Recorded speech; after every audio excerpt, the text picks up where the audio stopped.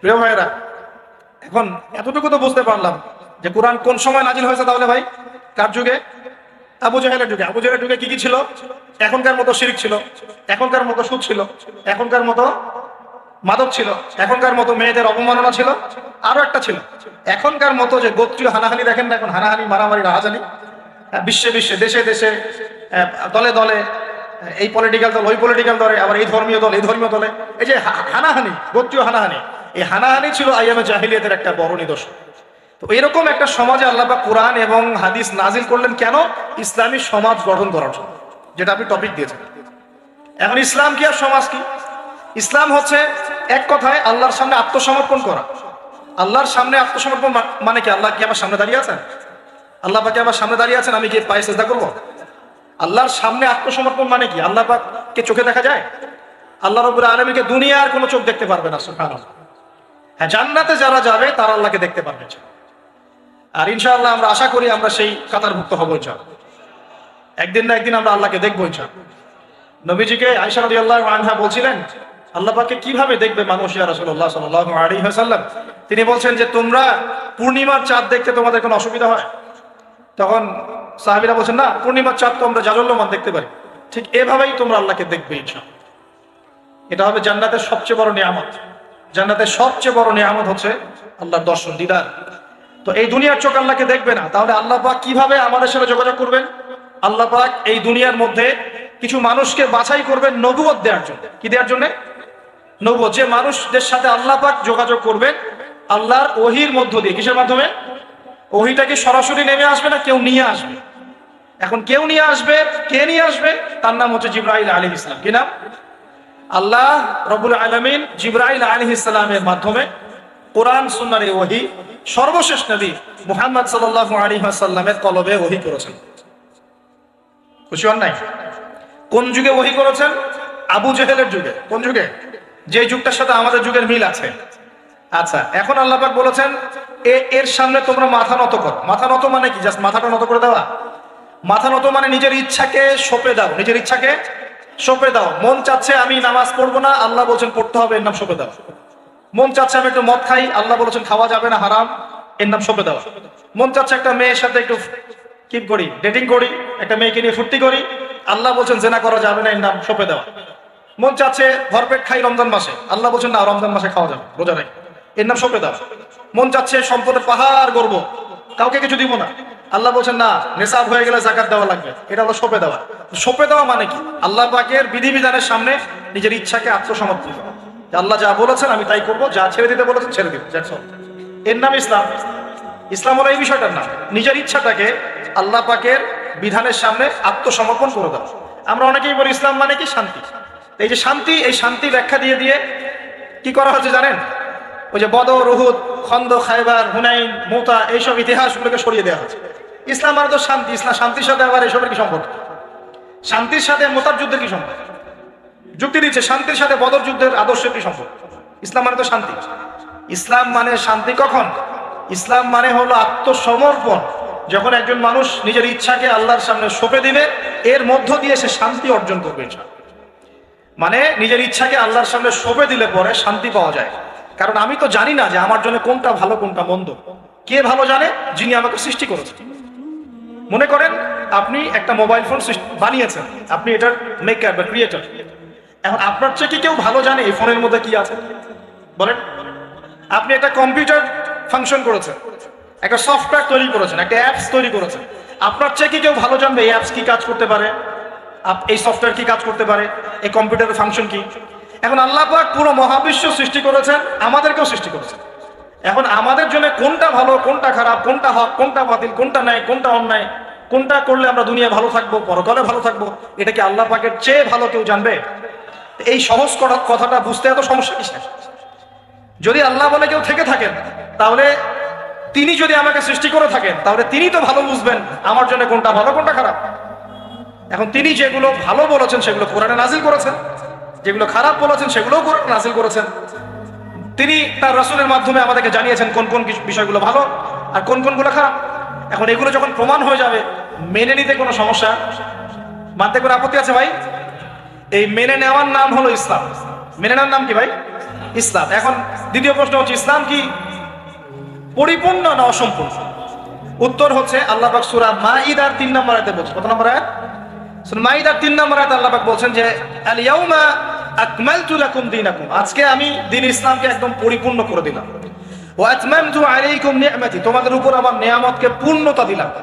ওয়া রাদিতু লাকুমুল ইসলাম দীনান, তোমাদের উপরে দ্বীন ইসলামকে মনোনীত করে আমি আল্লাহ সন্তুষ্ট হয়ে গেলাম।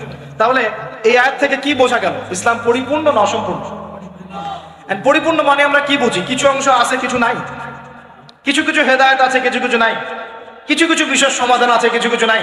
নাকি জগতের সমস্ত বিষয়ের সমাধান আছে? এই কথাটাই আগে হজম করতে হবে যে কোরআন সুন্নাহ ভিত্তিক এই ইসলামের মধ্যে পৃথিবীর সমস্ত সমস্যার সমাধান আছে। এর সামনে আত্মসমর্পণ করলে পরে আপনি হবেন মুসলিম, তার আগে হবেন না। আমার কথা কি বুঝতে পারছি? এরপরে আপনি মুসলিম হবেন। এখন যদি কেউ অস্বীকার করে সে কি হবে? যদি কেউ পুরোপুরি অস্বীকার করে, না কোরআন সুন্নাহ সবকিছু নাই, আমি মানি না, তাহলে হবে সে কাফের। কি হবে?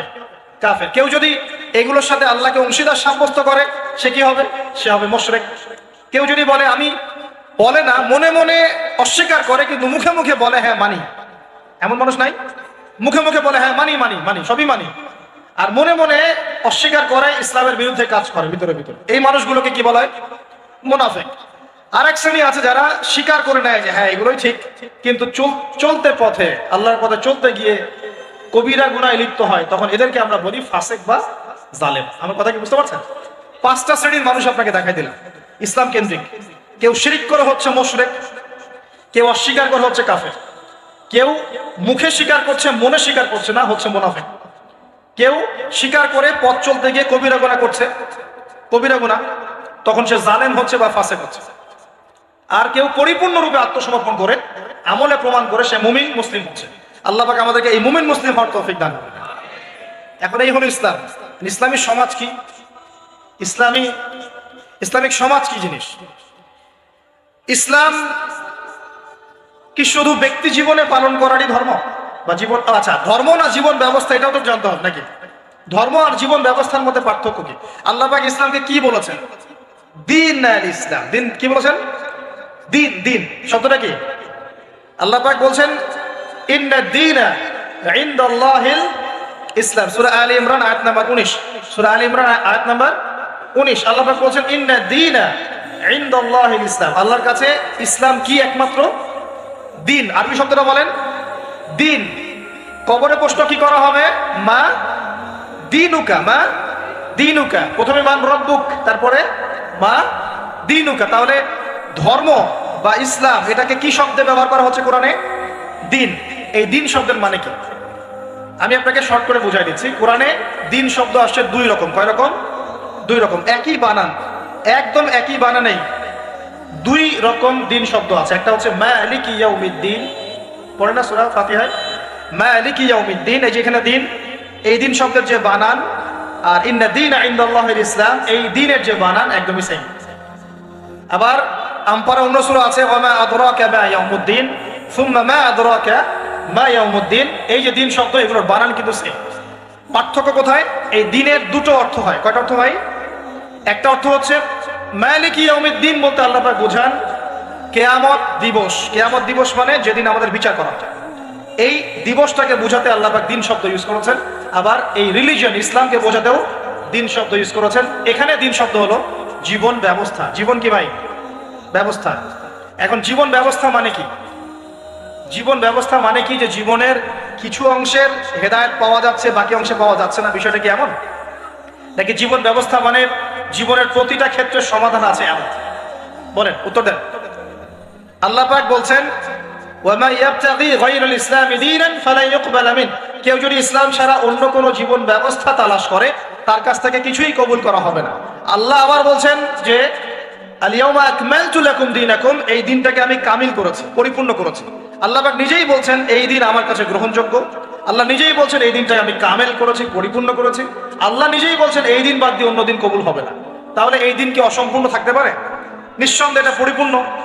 পরিপূর্ণ মানে কি? ওই যে প্রথমে একটা আয়াত তেলাওয়াত করেছিলাম, সূরা নাহল আয়াত নাম্বার 89। আল্লাহ বলেছেন তিবিয়ানান লিকুল্লি শাই। কোরআন সুন্নাহ আমি সব ব্যাখ্যা করেছি। আরো একটা দলিল দিয়ে দেই, সূরা কাহফ আয়াত নাম্বার 54। কত নম্বর আয়াত ভাই? এগুলো বাসায় গিয়ে চেক করে দেখেন। বাসায় একটু পড়াশোনা করেন, না হলে শুধু শুনবেন এক কান দিয়ে বেরো যাওয়ার কেউ। আর রেফারেন্স চেক করে যদি দেখেন সব ঠিক আছে, তখন মেনে নেওয়ার চেষ্টা করেন। আমি আগে বলছি না যে মানার দরকার আছে, আমি এখন বলছি মানার দরকার নাই। বাসায় গিয়ে আগে চেক করবেন, যদি দেখেন হ্যাঁ সব কথা ঠিক আছে, তারপরে মানার চেষ্টা করেন। আল্লাহ পাক তৌফিক দান করবেন। এখন আসেন, আল্লাহ সূরা কাহফের 54 নম্বর আয়াতে বলছেন যে ওয়ালাকাদ সাররাফনা ফি হাযাল কুরআন লিন-নাসি মিন কুল্লি মাসাল, আমি এই কোরআনে মানব জাতির জন্য প্রতিটা বিষয়কে ব্যাখ্যা করেছি। এবার আরো স্পষ্ট হয়ে গেল, ইসলাম, কোরআন এবং সুন্নাহয় এমন কোনো বিষয় নাই যা নাই। এই হলো পরিপূর্ণ জীবন ব্যবস্থা। জীবন ব্যবস্থার কয়টা দিক থাকে? সহজ করে বলছি 6টা দিক। কয়টা দিক? জীবন ব্যবস্থা মানে আপনার ধর্মীয় জীবন আছে। ধর্মীয় জীবন কি একটু বোঝেন এখানে? ধর্মীয় জীবন মানে এখানে আপনি নামাজ, রোজা, হজ, যাকাত, তাসবিহ, তাহলিল, জিকির, আজগার, এই কাজগুলো করেন। এগুলো আপনার ধর্মীয় কাজ, ঠিক আছে? আচ্ছা, একটা জীবন হলো আপনার পারিবারিক জীবন। পারিবারিক জীবন আপনার বিয়ে, শাদী, সন্তান প্রতিপালন, স্ত্রীদের হক আদায়, মা বাবা, ভাই বোন ইত্যাদি, এই যে পুরো একটা পরিবার বর্ণ, এই যে সিলাতুর রাহিম, আত্মীয়তার রক্তের সম্পর্ক, এটা আপনি রক্ষা করেন। এটা হলো আপনার পারিবারিক লাইফ। 2 নম্বর। 3 নম্বর হচ্ছে আপনার একটা সাংস্কৃতিক জীবন আছে, মানে আপনি কি সংস্কৃতি ফলো করবেন, কোন কালচার ফলো করবেন, এটা একটা জীবন আছে। 4 নম্বর হচ্ছে আপনার ইকোনমিক লাইফ, আপনার অর্থনৈতিক জীবন। এখানে আপনি ব্যবসা বাণিজ্য, চাকরি বাকরি, মুআমালাত, এই বিষয়গুলো করবেন। 5 নম্বর আপনার পলিটিক্যাল লাইফ, যেখানে আপনি আল্লাহ পাকের খলিফার দায়িত্ব পালন করবেন। আর 6 নম্বর হচ্ছে গ্লোবাল অ্যাফেয়ার্স, মানে আপনি পুরো ওয়ার্ল্ডকে ডিল করবেন কিভাবে, যদি আপনি রাষ্ট্রের প্রধান হন বা আপনার রাষ্ট্রের দায়িত্ব থাকে। তো এই 6টা বিষয়কে নিয়ে মোটামুটি ভাবে আমাদের এই জীবন। এর বাইরে কি জীবনে কোনো ক্ষেত্র আছে নাকি? বুঝে নাই মনে হয়? ধর্ম আমাদের জীবন না, অর্থনীতি আমাদের জীবন না, পরিবার আমাদের জীবন না, আমাদের সংস্কৃতি, আমাদের রাজনীতি, সমাজ এবং বিশ্ব, এর বাইরে কিছু আছে নাকি? এই হলো দুনিয়া। এর বাইরে পরকাল আছে। এর বাইরে কি? পরকাল। ওই পরকালে তো মুক্তির জন্যই কোরআন সুন্নাহ এবং ইসলাম, নাকি? এটা তো আমাদের গন্তব্য। দুনিয়ার প্রতিটা সমাধানও ইসলামে পাচ্ছি। এখন তাহলে বুঝতে পারলাম ইসলামী সমাজ মানে কি। ইসলামী সমাজ মানে যে সমাজে শুধুমাত্র কোরআন এবং সুন্নাহ চলে, অন্য কিছু চলে না। কথা কি ক্লিয়ার হচ্ছে না? বুঝাতে পারছি না? আচ্ছা, একটু নড়াচড়া কম করেন। আমরা খুব লম্বা আলোচনা করবো না ইনশাআল্লাহ, একটু ধৈর্য ধরেন। সমাজ ব্যবস্থা বুঝাতে পারলাম কি ভাই? সমাজ ব্যবস্থা কি? ইসলামী সমাজ ব্যবস্থা কি? মানে যে সমাজের মধ্যে আল্লাহর ওহী, কোরআন এবং সুন্নাহ, আল্লাহ পাকের বিধান চলে, বাইরে কিছু চলে না। এর বাইরে কি চলতে পারে? এর বাইরে যদি এমন কিছু চলে, লিসেন ভেরি কেয়ারফুলি, এর বাইরে যদি এমন কিছু চলে যেটার সাথে কোরআন সুন্নাহর সংঘর্ষ হচ্ছে, তাহলে সেটাকে ধরে একদম ছুঁড়ে ফেলে দিতে হবে। কথা বুঝতে পারছেন? সমাজে ইসলামী সমাজ আমরা বুঝলাম, ইসলামী সমাজ মানে যেখানে কোরআন সুন্নাহ ভিত্তিক, আল্লাহ পাকের ওহীর ভিত্তিক সমাজ চলে। এখন এই সমাজে যদি কোরআন সুন্নাহর সাথে সাংঘর্ষিক কিছু চলে, এটাকে ধরে তুলে ছুঁড়ে ফেলে দিতে হবে। এর নাম ইসলাম। এর সাথে আমরা আপোষ করতে পারবো না। আর যদি দেখা যায় সমাজে কিছু জিনিস চলছে যেগুলোর সাথে ইসলামের সাংঘর্ষিকতা নাই, গান বাজনা সাংঘর্ষিকতা নাই, হ্যাঁ, গান বাজনার সাথে সাংঘর্ষিকতা নাই, বোঝাচ্ছি আমি মূলনীতি বলে সহজ করছি, উদাহরণ তো দিব ইনশাআল্লাহ। সমাজে এমন কিছু চলছে যেগুলোর সাথে ইসলামের সাংঘর্ষিকতা নাই, সেগুলো আমরা গ্রহণ করতে পারবো, কোনো সমস্যা নেই। পারবো কিনা? মনে করেন একটা সমাজের মানুষ, ট্রেডিশন আছে, এরা মেহমানদেরকে খুব আপ্যায়ন করায়, এমন আছে না অনেক সমাজ? আছে কি নাই? এই কাজটা কি কোরআন সুন্নাহর সাথে সাংঘর্ষিক? তাহলে আমরা সমাজের অংশটা রাখবো। কেন রাখবো না? রাখবো না। একটা সমাজে আমরা দেখলাম যে মেয়েরা মাশাআল্লাহ পর্দা তো করেই, পাশাপাশি যখন তারা তাদের গৃহস্থলী কাজগুলো করে, তখনও দেখা যায় যে একটা শালীন পোশাক পরে বাসায় কাজকর্ম করছে। এটা ওদের কালচার। আমরা এই কালচারটা রাখতে পারবো না? একটা সমাজে দেখা যাচ্ছে যে এতিমদের ব্যাপারে সমাজের লোকজন খুব সফট, এটা কি কোরআন সুন্নাহর সাথে সাংঘর্ষিক? না। আমরা কি রাখতে পারবো না? একটা সমাজে দেখা যাচ্ছে যে মানুষ এই বৃক্ষরোপণ করতে খুব পছন্দ করে, এমন কিছু সমাজ আছে, গাছ লাগাইতে সবুজ শ্যামল প্রকৃতি খুব ভালো লাগে, আছে না এমন সমাজ? এই জিনিসটা কোরআন সুন্নাহর সাথে সাংঘর্ষিক? তো রাখতে পারবো না আমরা। এরকম এক্সাম্পল দিয়ে শেষ করা যাবে। এরকম অগণিত কাজ আছে যেগুলো কোরআন সুন্নাহর সাথে সাংঘর্ষিক নয়, কিন্তু সমাজে চলছে। এগুলোকে ইসলামিক সমাজের আওতাভুক্ত করা যাবে, কোনো সমস্যা নেই। কিন্তু যদি সমাজে এমন কিছু চলে যেগুলো কোরআন সুন্নাহর সাথে সরাসরি সাংঘর্ষিক, যেমন এই যে কারো বিয়ে হলে ধুমধারাক্কা গান হয়, হয় কি না? হয় না? এখন এই সংস্কৃতিটার সাথে কোরআন সুন্নাহর আপত্তি আছে। এখন আমরা এটাকে সামাজিকীকরণ করতে পারবো না, ইসলামী সামাজিকীকরণ করতে পারবো না, বরং এটাকে ঐক্যবদ্ধভাবে প্রতিরোধ করতে হবে। সমাজে মনে করেন কোনো সমাজে জুয়া চলে না? তো এই জুয়ার সাথে কি কোরআন সুন্নাহর অনুমতি দেওয়া আছে না সাংঘর্ষিকতা আছে, কন্ট্রাডিকশন আছে না? যেহেতু কোরআন সুন্নাহর সাথে কন্ট্রাডিক্টরি বিষয়, আমরা এই জুয়ার সংস্কৃতি এখানে চলতে দিতে পারি না, বরং আমরা এটাকে প্রতিহত করার চেষ্টা করি। একটা সমাজের মধ্যে মনে করেন বেহায়াপনা, ফ্রি মিক্সিং, জেনা, এগুলোকে উস্কে দেওয়া হচ্ছে। এই প্রতিটা বিষয়ের সাথে কোরআন সুন্নাহর আপত্তি আছে। তাহলে এই জিনিসগুলোকে কি আমরা ইসলামী সমাজ ব্যবস্থা আনতে পারবো? তাহলে আমার বক্তব্য মনে হয় বোঝার খুব বেশি কঠিন হচ্ছে আমার মনে হচ্ছে না। ইসলামী সমাজ ব্যবস্থায় কোন কোন বিষয় থাকতে পারবে? সর্বপ্রথম আল্লাহ পাকের ওহী থাকতে পারবে, ওহীর বাদ দিয়ে অন্য কিছু চলবে না। কি কি চলবে? যেগুলোর সাথে ওহীর কোনো সাংঘর্ষিকতা নাই, ওহীর কোনো সাংঘর্ষিকতা নাই এমন বিষয় চলতে পারে। চায়ের জন্য বিখ্যাত আপনারা না, এটা আছে না? আচ্ছা, এখন এটা কি কোরআন সুন্নাহর সাথে সাংঘর্ষিক? এটা একটা সংস্কৃতি। আপনাদের বাসায় গেলে আপনারা চা খাওয়ান এবং এটার সাথে আপনার সংস্কৃতি আছে, আগর আতরের আপনাদের বিজনেস আছে। এই জিনিসটা কি কোরআন সুন্নাহর সাথে সাংঘর্ষিক? বাংলাদেশের অন্য কোনো সমাজে কি আগর আতর এরকম ভাবে আছে? আপনাদের সমাজে আছে, এটা কিন্তু কোরআন সুন্নাহর সাথে সাংঘর্ষিক নয়। তাহলে আমি এটাকে অবশ্যই ইসলামাইজ করতে পারবো, চায়ের ব্যাপারটা আমি ইসলামাইজ করতে পারবো। কিন্তু যদি একটা সমাজে দেখেন, ঢাকার মতো কান্ট্রি শহরে গিয়ে দেখলেন মেয়েরা ছেলের পোশাক পরে ঘুরে বেড়াচ্ছে, এখন এই জিনিসটাকে কি আপনি ইসলামের সাথে, ইসলামের আওতায় আনতে পারবেন? পারবেন। এই হলো ইসলামী সমাজ, মানে যেখানে আল্লাহর ওহী চলে, অন্য কিছু চলে না। হ্যাঁ, কি চলতে পারে? ওহীর সাথে সাংঘর্ষিক বিষয় নাই এমন বিষয় চলতে পারে, কোনো সমস্যা নেই। সেটা রাজনীতিতেও চলতে পারে, সেটা সমাজেও চলতে পারে, সেটা অর্থনীতিতেও চলতে পারে, সেটা আমাদের সংস্কৃতিতেও চলতে পারে, সেটা আমার পরিবার ধর্মেও চলবে ইনশাআল্লাহ। মানে প্রতিটা ক্ষেত্রেই চলতে পারবে যদি কোরআন সুন্নাহর সাথে সাংঘর্ষিক না হয়। আল্লাহ পাক আমাদেরকে বোঝার তৌফিক দেন। এখানে কিন্তু প্রযুক্তি অন্তর্ভুক্ত হতে পারে। প্রযুক্তি যেমন এক সময় নবী সাল্লাল্লাহু আলাইহি ওয়াসাল্লামের যুগে ছিল ঘোড়া এবং গাধা, তাই না? উট, ঘোড়া, গাধা, এগুলোর উপরে তারা যুদ্ধ করেছে। এখন দেখা যায় যে মিসাইল, রকেট লঞ্চার, হ্যাঁ, পারমাণবিক ওয়েপন্স, সভ্যতা চেঞ্জ হয়েছে এবং টেকনোলজি চেঞ্জ হয়েছে। এখন কি এটা কি কোরআন সুন্নাহর সাথে সাংঘর্ষিক হলো? এটা প্রযুক্তিগত বিষয়গুলোকে আমরা অবশ্যই সামাজিকীকরণ করতে পারবো, কোনো সমস্যা নেই। মিডিয়া, এই মিডিয়ার মধ্য দিয়ে ইসলাম প্রচার করা যাবে কিনা? যাবে। তাহলে মিডিয়াকে আমরা সামাজিকীকরণ করতে পারবো যদি আমরা এটাকে সঠিকভাবে ব্যবহার করতে পারি। এই বিষয়গুলো আমরা মাথায় রাখবো। কিন্তু যখন মিডিয়ার মধ্য দিয়ে আপনি ভুল তথ্য প্রচার করবেন তখন পারবেন না। আবার যখন ওই পারমাণবিক ওয়েপন্স আপনি মাজলুমের উপর ফেলে দিবেন তখন সেটা আপনি অ্যাপ্লাই করতে পারবেন না। তো বস্তুবাদী বিষয়গুলো আমরা নিব, কোনগুলো? যেগুলো আমরা ইসলামিক ভাবে ইউজ করতে পারি, অনইসলামিক ইউজিং না হয়, অন্যের হক নষ্ট না হয়, বা আল্লাহর দ্বীনের কোনো ক্ষতি না হয় ইনশাআল্লাহ তাআলা, সেক্ষেত্রে আমরা এগুলোকে গ্রহণ করতে পারি। ইসলামের সমাজ আমরা বুঝলাম, ইসলাম কি এক কথায় বুঝলাম, এবং ইসলাম কোন যুগে নাজিল হয়েছে এটাও বুঝলাম, ওই যুগের সাথে আমাদের বর্তমান সমাজে মিল আছে এটাও বুঝলাম। এখন ওই যুগটা চেঞ্জ করেছিলেন কারা? উত্তর, নবী সাল্লাল্লাহু আলাইহি ওয়াসাল্লাম নিজে, এবং তার সাথে ছিলেন সাহাবীরা, এবং সাহাবীদের মধ্যে বেশিরভাগ সাহাবী ছিলেন যুবক। সুবহানাল্লাহ। ওমর যুবক ছিলেন না বুড়া ছিলেন? হামজা যুবক ছিলেন না বৃদ্ধ ছিলেন? হুযাইফা যুবক না বৃদ্ধ ছিলেন? উসমান রাদিয়াল্লাহু আনহু তখন যুবক ছিলেন না বৃদ্ধ ছিলেন? জাফর ইবনে আবি তালেব, আলী ইবনে আবি তালেব, বেলাল ইবনে রাবাহ, আব্দুর রহমান বিন আউফ, যায়েদ ইবনে হারেসা, আব্দুল্লাহ বিন মাসউদ, নাম জানা না জানা অসংখ্য সাহাবী, বেশিরভাগ যুবক ছিলেন না বৃদ্ধ ছিলেন? তো নবী সাল্লাল্লাহু আলাইহি ওয়াসাল্লাম কাদেরকে নিয়ে সমাজটা পরিবর্তন করলেন? যুবকরা একটু মনোযোগ দেন, এই অংশটুকু আপনাদের জন্য স্পেশাল। এখান থেকে ফিনিশিং এর দিকে যাবো ইনশাআল্লাহ। তো নবী সাল্লাল্লাহু আলাইহি ওয়াসাল্লাম কাদেরকে নিয়ে ওই আবু জেহেলের সমাজ পরিবর্তন করলেন বলেন? এবং কি হাতে নিয়ে করলেন? আল্লাহর ওহী, মানে কোরআন এবং হাদিস। এটাকে শুধু মুখে মুখে আমল করে বলেছেন না নিজে আমল করে দেখিয়েছেন? নিজে বিশ্বাস করেছেন, স্বীকৃতি দিয়েছেন, আমল করেও দেখিয়েছেন, মানুষকে দাওয়াতও দিয়েছেন। এখন একা একা করেছেন না সবাইকে নিয়ে করেছেন?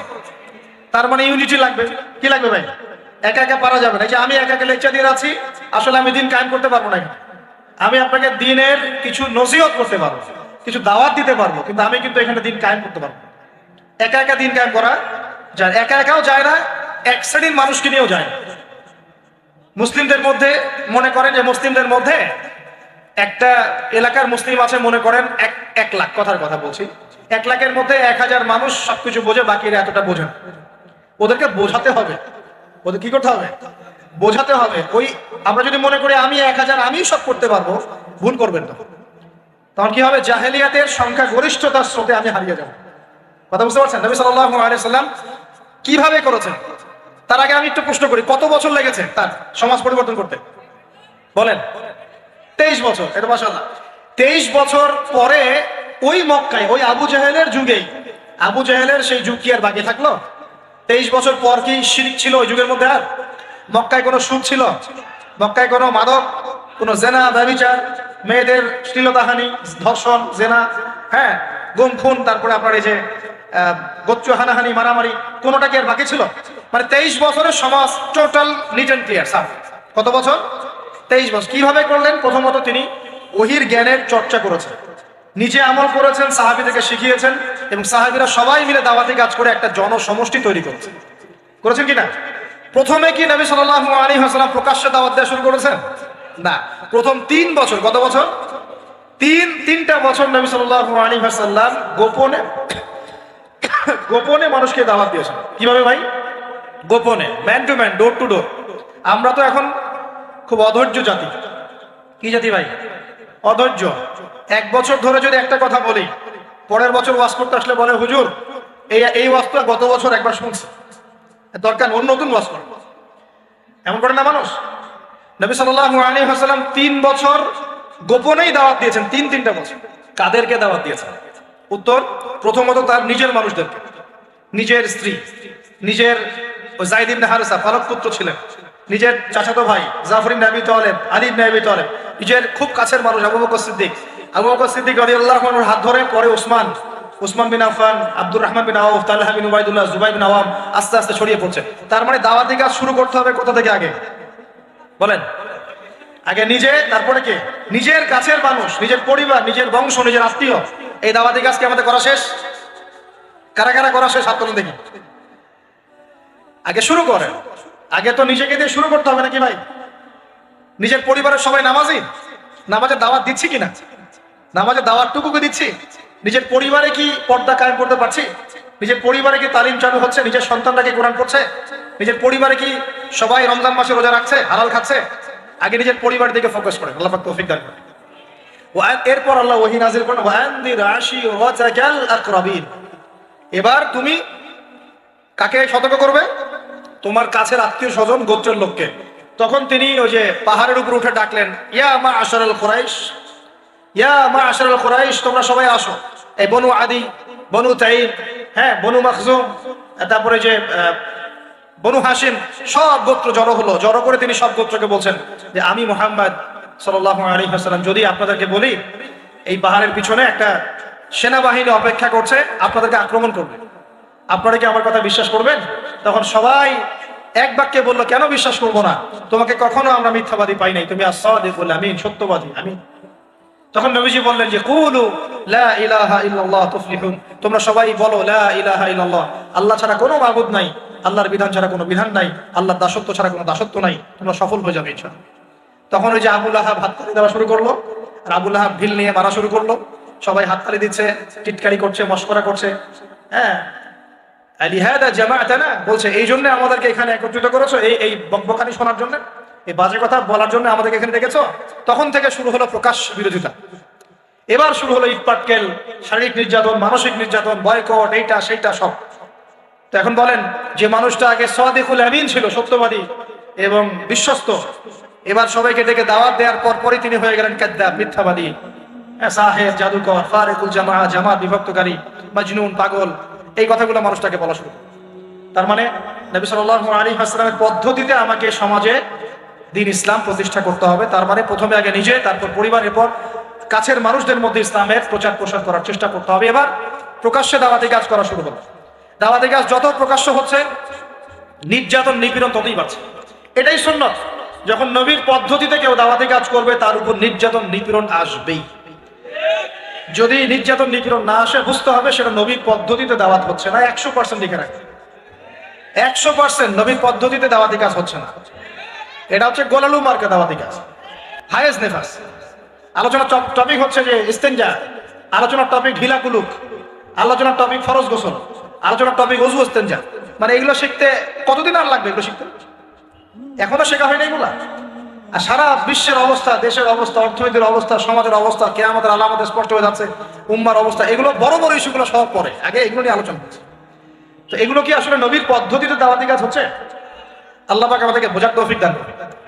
তো প্রিয় ভাইরা, যখন নবী সাল্লাল্লাহু আলাইহি ওয়াসাল্লামের পদ্ধতিতে দাওয়াতি কাজ হবে, তখন কিন্তু নবীর মতো মানে শারীরিক, মানসিক, আর্থিক নির্যাতন কিন্তু আসবেই, এটা মেনে নিতে হবে। সর্বপ্রথম নিজের পরিবার থেকে আসবে। কোথেকে আসবে ভাই? সর্বপ্রথম আসবে নিজের পরিবার থেকে। মনে রাখবেন, পরিবার থেকেই সর্বপ্রথম বাধা আপনাকে পেতে হবে যদি আপনি দিনের পথে চলতে চান। কারণ এখনকার সমাজের বেশিরভাগ পরিবার ইসলামিক পরিবার না। কোনো কোনো সময় পারিবারিক সাপোর্টের অভাবে দিনদার অনেক মানুষও দেখা যায় ট্র্যাক থেকে বিচ্যুত হয়ে যায়, এমন হয় না? পারিবারিক সাপোর্ট একটা বড় জিনিস। আমাদের নবী সাল্লাল্লাহু আলাইহি ওয়াসাল্লামের চতুর্দিক থেকে মানুষ আক্রমণ করলেও পরিবারে তার স্ত্রী খাদিজা রাদিয়াল্লাহু আনহা তাকে বুকে আগলে রেখেছে। এটা অনেক বড় একটা মানে প্রশান্তির জায়গা, যে সমাজের মানুষ আপনার এগেনস্টে কাজ করছে, কিন্তু পরিবারে গিয়ে আপনার স্ত্রী আপনার কাছে, আপনার অনুভব, তাকে, সে আপনাকে বুস্ট আপ করছে, আপনাকে উৎসাহ দিচ্ছে, আত্মবিশ্বাস দিচ্ছে, আপনি কিন্তু আবার পথ চলতে পারবেন ইনশাআল্লাহ। এই জন্য আমি বারবার বলি যে বিয়ে যদি করতেই হয় তাহলে দিনদার একজন নেককার মেয়েকে বিয়ে করেন, খাদিজা রাদিয়াল্লাহু আনহার মতো একটা মেয়েকে বিয়ে করেন।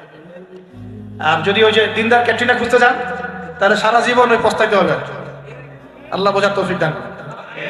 দিনদারিতা দেখে বিয়ে শাদী করেন। চাচা আবু তালেব, তিনি কিন্তু মুসলিম নন, অমুসলিম হয়েও তাকে পারিবারিকভাবে সাপোর্ট দিচ্ছেন। পারিবারিকভাবে সাপোর্টটা অনেক ইম্পর্টেন্ট। আর যখন পরিবার থেকে সাপোর্ট থাকে না, তখন মানুষ কিন্তু ট্র্যাক থেকে সরে যায়। যাই হোক, গভীরে যাই না। নবী সাল্লাল্লাহু আলাইহি ওয়াসাল্লাম যখন দাওয়াতি মিশন শুরু করলেন, ইসলামের সমাজ প্রতিষ্ঠার চেষ্টা করতে লাগলেন, তখন এই পারিবারিক বাধা, আত্মীয়দের মধ্য থেকে বাধা, সামাজিক বাধা আসতে লাগলো। এক পর্যায়ে হিজরত করতে হয়েছে আবিসিনিয়ায়, তারপর তায়েফ, তারপরে গিয়ে মদিনায়। এখন মদিনায় আলহামদুলিল্লাহ আল্লাহ রাব্বুল আলামিন দিনটাকে প্রতিষ্ঠা করলেন এবং সেখানে নবীকে শক্তিশালী করলেন, সাহাবীরা শক্তিশালী হলেন। আস্তে আস্তে গাজওয়াগুলো হলো, সারিয়াগুলো হলো। এক পর্যায়ে উইদিন 8 থেকে 10 বছরের মধ্যে যে নিঃস্ব হাতে মক্কা থেকে তারা গেলেন মদিনায়, সেই মক্কাই তারা জয় করলেন বিনা বাধায়, বলা যায় অলমোস্ট বিনা বাধায়। প্রায় লক্ষাধিক সৈন্য, লক্ষাধিক সাহাবীদেরকে নিয়ে পুরো মক্কায়, জাজিরাতুল আরবের মধ্যে দিন প্রতিষ্ঠা হয়ে গেল। হলো কিনা? কত বছর সময় লাগছে ভাই বলেন? 23 বছর। আর রাহিকুল মাকতুম বইটা পড়েন, তাহলে আপনি ধাপগুলো বুঝতে পারবেন কিভাবে হয়েছে। আমি পয়েন্ট আউট করছি যে কোন কোন পয়েন্টের দিকে তারা বেশি ফোকাস করেছে, কোন কোন কাজগুলো তারা বেশি করেছেন, এবং যুবকদেরকে দিয়েই কাজগুলো করানো হয়েছে। এবং এই কাজগুলো যদি আজকেও বাংলার যুব সমাজ করতে পারে, ইনশাআল্লাহ 23 বছর লাগবে না আমাদের, ইনশাআল্লাহ 23 বছর লাগবে না ইনশাআল্লাহ। কারণ আল্লাহ পাক তো তার নবীর মাধ্যমে জানিয়েছেন যে আখিরুজ জামানে আস্তে আস্তে কি হতে যাচ্ছে সামনে। আগে তো এটা জানা ছিল না যে তখন কি হবে। এখন তো আমরা জানি যে সামনে কি হতে যাচ্ছে। আমরা তো জানি যে ইসলাম কায়েম হচ্ছে সামনে ইনশাআল্লাহ, লিখা হয়ে গেছে। তো আপনি হতাশ হচ্ছেন কেন? আমরা এখানে যারা বসে আছি, আমরা কেউ যদি বেঁচেও না থাকি, আল্লাহ না করুন, তারপরও দিন কেন? বাংলাদেশে এখন যত আলেম ওলামা আছে না, সবাই যদি মারা যায় তাও দিন কেন? বিশ্বে এখন যত বড় বড় জালেমরা আছে, এর সাথে আরো 10 গুণ জালেম যদি বৃদ্ধি করা হয় এবং ওদেরকে আরো 10 গুণ শক্তিশালী করা হয়, তাও এদের পতন ঘটবে। হ্যাঁ, যত জালেম আছে সারা বিশ্বে, এর সাথে আরো 10 গুণ যদি বৃদ্ধি করা হয়, এদেরকে আরো বেশি বেশি মারণাস্ত্র দেওয়া হয়, ক্ষমতা দেওয়া হয়, তবুও এদের পতন ঘটবে। কারণ কোরআন এবং হাদিস এই কথা বলে দিয়েছে যে কিয়ামত হবে না। কিয়ামত হবে না যতক্ষণ পর্যন্ত না আল্লাহ পাক দুজন বিখ্যাত ব্যক্তি পাঠাবেন। কয়জন? একজন হচ্ছেন আমাদের মধ্য থেকে ইমাম, মুসলিমদের ইমাম, আর একজন হচ্ছেন একজন নবী যার হাতে সভ্যতা শেষ হবে, যার নাম হচ্ছে নবী ঈসা আলাইহিস সালাম, যিনি সত্যিকারের মাসিহ।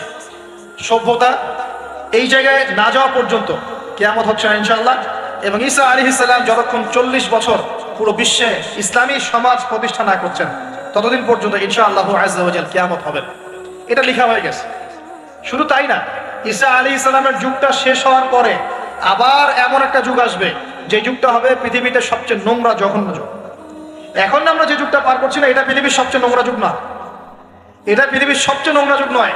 যে যুগে আপনি দেখছেন সবাই সুদ খায়, মোটামুটি সবাই এই যে ফ্রি মিক্সিং, পরকিয়া, হ্যাঁ, জেনা, গান বাজনা, নর্তকী চলছে না সারা সমাজ জুড়ে, মনে হচ্ছে এটাই মনে হয় সবচেয়ে খারাপ যুগ, তাই মনে হয় অনেকে। এটা সবচেয়ে খারাপ যুগ নয়, যদিও এই যুগের মধ্যে হাজারটা খারাপই আছে।